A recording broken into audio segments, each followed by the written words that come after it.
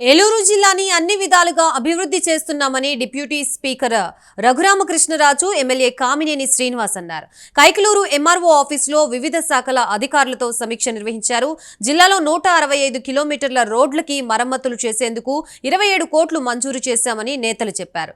డ్రైనేజీల బాగు కోసం 31 కోట్లు కేటాయించామన్నారు.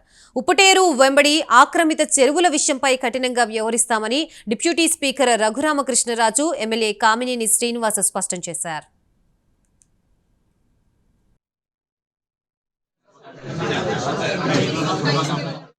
ఐడెంటిఫై రేపు రాబోయే సమ్మర్లో ఏ ఊళ్ళల్లో అయితే వాటర్ ఉందో ఆ వాళ్ళకి మనం ట్యాంకర్స్తో వాటర్ సప్లై చేయడానికి ఐడెంటిఫై చేయమన్నారు.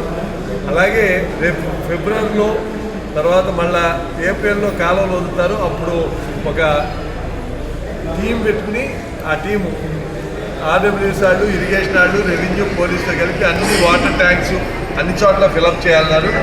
జేజేఎం కింద జలజీవన్ మిషన్ కింద మనకి గ్రామాలు 108 కానీ హ్యాబిటేషన్ 247 ఉన్నాయి. 62 కంప్లీట్ చేశారు. మిగిలిన 45 ప్రోగ్రెస్లో ఉన్నాయి.